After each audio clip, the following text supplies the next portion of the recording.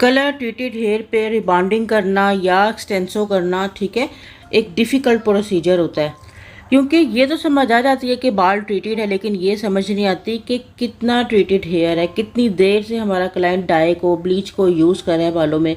और इन्हीं प्रॉब्लम से बचने के लिए हम हमेशा बालों का एक टेस्ट करते हैं। टेस्ट करने के लिए हम एक बाल उठा लेते हैं और उस बाल को हल्का सा खींच के चेक करते हैं कि बालों में कितनी ज़्यादा इलास्टिसिटी है। और इस प्रोसीजर को करने के लिए आपने एक बाल उठाना होता है और बाल को ग्रिप के साथ, यानी कि दोनों साइड से टाइटली पकड़ना होता है, ठीक है। अगर बाल मजबूत होगा तो वो टूटने में टाइम लगाएगा, लेकिन अगर बाल वीक होगा तो वो थोड़ा सा ही खींचने से बाल ब्रेक हो जाएगा। और क्योंकि आज हम ब्रीमोड की केराटिन रिबॉन्डिंग किट के साथ काम करने जा रहे हैं, तो पहले टोटल देखते हैं कि हम जब इस पैकेजिंग को ओपन करते हैं तो हमें कितनी प्रोडक्ट्स मिलती हैं। 3 स्टेप के साथ रिबॉन्डिंग किट की ये लार्ज पैकिंग मेरे पास इस वक्त मौजूद है, और इन तीनों को यूज़ कैसे करना है अब हम डिटेल से सीखने वाले हैं। और आपने देखा होगा कि जो हमारे कुछ ब्रांड्स होते हैं वो हमें बहुत ज़्यादा ऑप्शंस देते हैं, जैसे लॉरियल ब्रांड का एक्सटेंसो है, ठीक है। लॉरियल ब्रांड का जो एक्सटेंसो है वो हमें बहुत ज़्यादा प्रोडक्ट्स प्रोवाइड कर रहा होता है। वहाँ पे हमारी कन्फ्यूजन्स कम हो जाती हैं, क्योंकि वहाँ पर हर बाल के लिए अलग से प्रोडक्ट रेडी की गई होती है। बाल स्ट्रॉन्ग है, नॉर्मल है, या बाल एक्स्ट्रा स्ट्रॉन्ग है या सेंसिटिव है, हर एक कंडीशन में आपको अलग प्रोडक्ट प्रोवाइड की जा रही होती है, जो आसानी से उठा के आप बालों में अप्लाई कर लेते हो। अब हमारे बहुत सारे ब्रांड, जिसमें क्यूने भी है, जिसमें ब्रीमोड भी है, जिसमें और भी बहुत सारी लोकल पाकिस्तानी कंपनीज भी हैं या इंटरनेशनल कंपनीज भी हैं, जो कि हमें सिर्फ एक ही प्रोडक्ट प्रोवाइड कर रहे होते हैं, ठीक है। उसी प्रोडक्ट को लेकर आपने बालों पर काम करना होता है। बाल सेंसिटिव है, स्ट्रॉन्ग है, कैसा भी बाल है, आपने उसी के साथ ही बालों को जो है वो मतलब स्ट्रेटनिंग का प्रोसीजर कंप्लीट करना होता है। तो ऐसी कंडीशन में आप कौन सा ऐसा फार्मूला यूज़ करोगे कि आप एक प्रोडक्ट को लेकर सारे बालों पर अप्लाई कर सको। और आपके पास जो 3 स्टेप में ये पूरा किट मौजूद होता है, इसमें एक 3 नंबर का स्टेप होता है मास्क, ठीक है। आप इस मास्क को अपनी प्रोडक्ट में फर्स्ट नंबर में भी और सेकेंड नंबर में भी डालकर अपनी प्रोडक्ट को माइल्ड कर सकते हो और सेंसिटिव हेयर के ऊपर यूज़ कर सकते हो।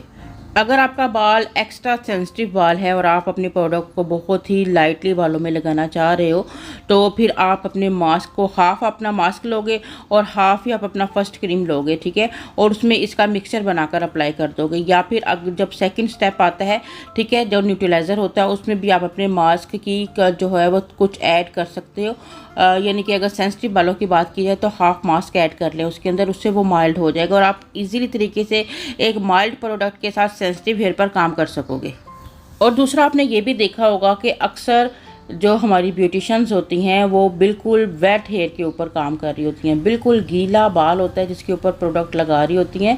तो उसकी रीज़न क्या होती है? उसकी रीज़न भी यही होती है कि बाल सेंसिटिव होने की वजह से आप डायरेक्ट प्रोडक्ट को जब अप्लाई करोगे तो बाल बर्निंग होने का ख़तरा होता है। तो इसलिए वेट हेयर के ऊपर अगर आप काम करोगे तो आप ज़्यादा अच्छे तरीके से क्लाइंट को रिज़ल्ट दे पाओगे। और अब आपने अपने प्रोडक्ट को, जिसमें अपने मास्क को भी मिक्स किया हुआ है, ठीक है, और इस मिक्सचर को आपने अप्लाई करना है इस तरह से हर स्टेप पे, यानी 4 सेक्शंस में हम लोगों ने बालों को डिवाइड किया। हर सेक्शन पर आपने अच्छे तरीके से स्कैल्प को बिल्कुल बचाते हुए आपने स्कैल्प के ऊपर प्रोडक्ट को लगने नहीं देना है, और कॉम्ब से अच्छे से जो है वो कॉम्ब करते हुए प्रोडक्ट को अप्लाई करते चले जाना है। जब आपके सेक्शंस कंप्लीट हो जाते हैं तो जो हमारा सेंसिटिव वाला बाल होता है वो रिज़ल्ट जल्दी अचीव कर लेता है, ठीक है। उसको आपको 25 मिनट का वेट करने की ज़रूरत नहीं होती है, उसको हर 5 मिनट के बाद आपने चेक करना होता है। और इस तरह का जो बाल होता है जो पहले से ट्रीटेड होता है वो आपका 5 मिनट से ज़्यादा टाइम नहीं लेता है।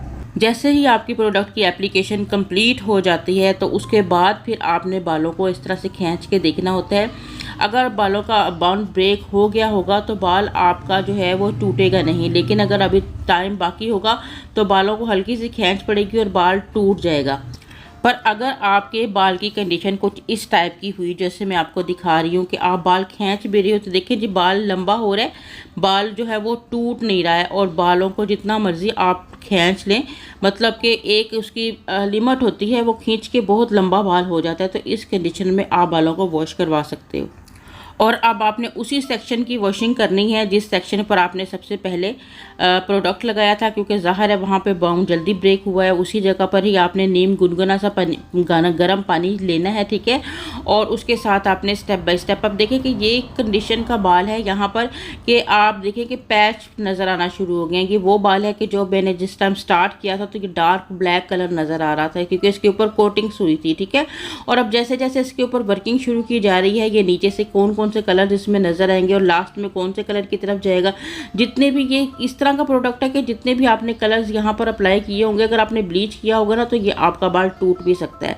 इसलिए हमें केयरफुली हो कि इस तरह के बालों को इस तरह के प्रोसीजर से जो है वो गुजारना होता है। और क्लाइंट को हमेशा रिक्वेस्ट कर दिया करें कि इस तरह के बाल के ऊपर आप इस तरह के ट्रीटमेंट मत करवाएं, ठीक है। इसमें आप जो आपके ट्रीटमेंट होते हैं, ब्राज़ीलियन ट्रीटमेंट होते हैं, केराटिन ट्रीटमेंट होते हैं, वो आप जो है वो रेकमेंड किया करें कि वो करवा लिया करें। क्योंकि देखें अगर इस कंडीशन में बाल आके आपका एकदम से टूटना शुरू हो जाता है, नीचे से ब्लीच्ड हेयर बाहर निकल आता है, तो फिर आप काफ़ी प्रॉब्लम में फंस जाते हो।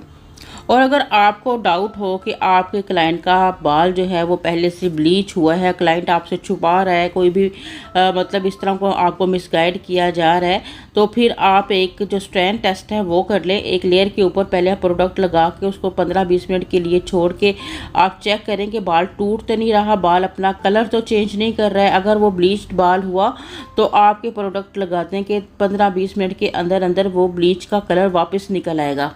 और अब यहाँ पर आपने एक एक सेक्शन लेके जो आपका रिमोट किट के साथ मास्क है उसको आपने अप्लाई करना है। 10 मिनट के लिए आपने इसको छोड़ देना है और उसके बाद आपने 100% बालों को ड्राई करना है। अब आपने नॉर्मल टेम्परेचर पर यानी कि 180 से 200 टेम्परेचर तक के जो स्ट्रेटनर होते हैं उनको यूज़ करना है, या टेम्परेचर सेट करके इनको स्ट्रेट करना है, क्योंकि बाल आपका सेंसिटिव है। और नीचे जो लेंथ का बाल है आप देखें कितना ड्राई और फूला हुआ फील हो रहा है। और उसकी रीज़न ये हो सकती है कि 2 से 3 साल पहले इन्होंने आई थिंक रिबॉन्डिंग वगैरह करवाई होगी, क्योंकि रिबॉन्डिंग किए हुए बाल पर अगर अगेन आप रिबॉन्डिंग के प्रोडक्ट को अप्लाई करते हो तो बाल इसी तरह से ही फूला हुआ फील होना शुरू हो जाता है। और यही रीज़न होती है कि जब क्लाइंट हमारे पास आता है तो हम हमेशा इस तरह के क्लाइंट को अवॉइड कर रहे होते हैं और हम कह रहे होते हैं कि इस क्लाइंट का काम हमने नहीं करना है, क्योंकि इन्होंने पता नहीं क्या क्या बालों में अप्लाई किया होता है जिसका हमें पता ही नहीं होता है।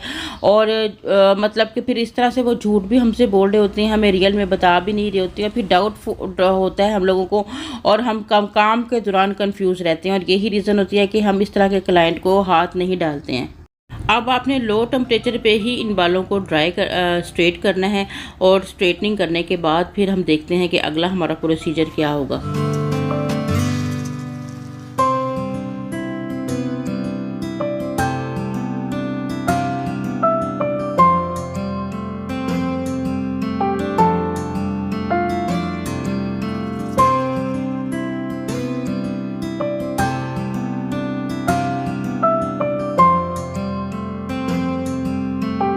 बालों की जब स्ट्रेटनिंग कंप्लीट हो जाती है तो कम से कम आपको हाफ आवर्स के लिए बालों को ऐसे ही छोड़ देना चाहिए, ताकि इसका पीएच लेवल बैलेंस हो जाए। बाल जो है वो मतलब बहुत ज़्यादा हीटअप हुए होते हैं स्ट्रेटनर के यूज़ से, वो ठंडे हो जाएं।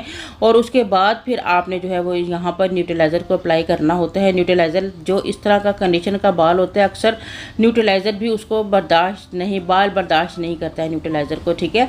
तो ऐसी सूरत में आपने अपने पास पानी की बोतल रखनी है, और जैसे ही आपको लगे कि आपका बाल थोड़ा थोड़ा ऊपर सुकड़ना शुरू हो गया या ऊपर चढ़ना शुरू हो गया तो फ़ौरन वाटर बोतल के साथ जो है वो स्प्रे कर दें, ठीक है। या फिर अपने मास्क को अपने जो है वो न्यूट्रलाइज़र में थोड़ा सा मिक्स कर लें, ताकि ये आपका केमिकल बहुत ज़्यादा स्ट्रॉन्गली आपके बालों पर इफेक्ट नहीं करे और आपका बालों का रिजल्ट जो है जो आपने इतनी मेहनत करके किया है, ठीक है। अभी आप देखें सबसे पहले वाला जो आपका बाल है, जो सबसे पहले वाला आपका सेक्शन है, उस सेक्शन पर बाल जो है वो थोड़ा थोड़ा क्रंचीज या वो जैसे कहते हैं स्लिंग होना शुरू हो चुका है। तो उस सूरत में फटाफट से यहाँ पर पानी करेंगे और साथ ही जो है वो अपनी कॉम की मदद से उसको वापस अपनी पोजीशन पर कर देंगे। ये बहुत ज़्यादा ज़रूरी होता है, अदरवाइज़ आपका रिज़ल्ट ख़राब हो जाता है।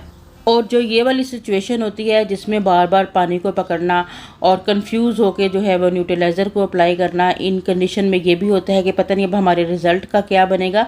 तो इन सब का सिचुएशन से या इन प्रॉब्लम से बचने के लिए आपने इस तरह के क्लाइंट को पकड़ना ही नहीं है। और ये तो हमारा वो क्लाइंट था कि शुक्र है अल्लाह का कि इनके बालों में ब्लीच वाला जो बाल था